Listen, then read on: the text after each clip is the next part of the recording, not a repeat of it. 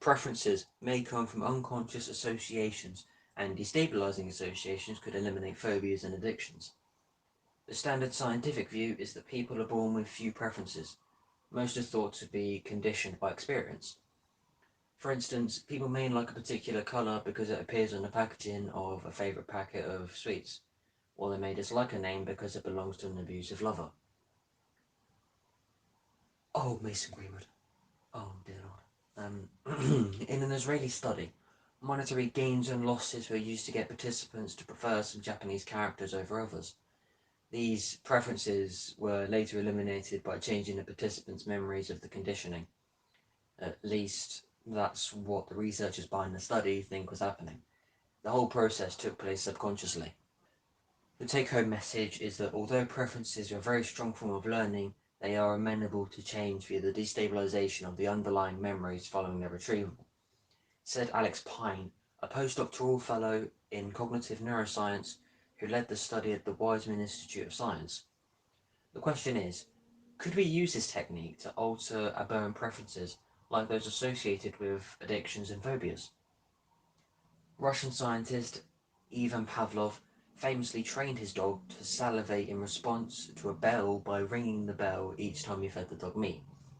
Though Pavlov did not check, it is possible that beneath the salivation the dog also learned to like the bell, to the extent that animals like things.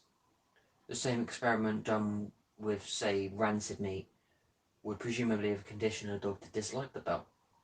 Human preferences are thought to be conditioned in the same way, which is why advertisers pair their products with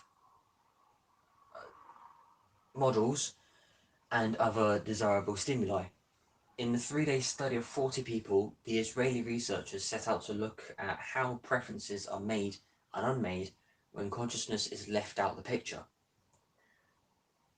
And I am not explaining this, you can check this out yourself.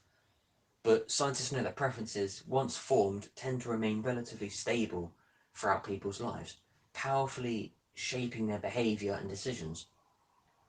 After training his dog to salivate, Pavlov went on to eliminate the response over time by ringing the bell without feeding the dog. But eliminating the dog's assumed preference for the bell would likely have been more difficult. Extinction training can undo some forms of learning, but preferences are typically resistant to this procedure, said Pine. The study showed for the first time that durable preferences can be created entirely unconsciously, suggested that conscious learning may not be important to the process. Further, the researchers say the study's success in eliminating preferences may point to a promising new treatment for addictions and phobias. Researchers think that the reminder game on day 2 of the study, which I'm not explaining, was the key to eliminating the participants' preferences for money-making Japanese characters. They say the theory of memory reconsolidation provides a possible explanation. Research suggests that accessing a memory puts it into a temporary weakened state when it is vulnerable to being changed. The memory must then be reconsolidated into memory, where it is again stable, at least until it can be reaccessed. Based on this theory, the very experiences that trigger relapses or phobic responses could be used as reminders to temporarily destabilize these hard-to-change forms of learning. For instance, smokers could be exposed to the smell of a cigarette, or people who fear flying could watch a flight safety video.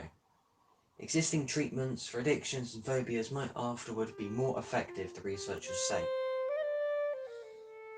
That's the end of the video, people. If you enjoyed it, we'd greatly appreciate watching more videos and maybe subscribe. It's just free to unsubscribe, but it's subscribe. So, if you've subbed but don't want videos, you can always unsub. Anyway, I've been Forever Stranger, and this was episode 13 of Sliver in Society.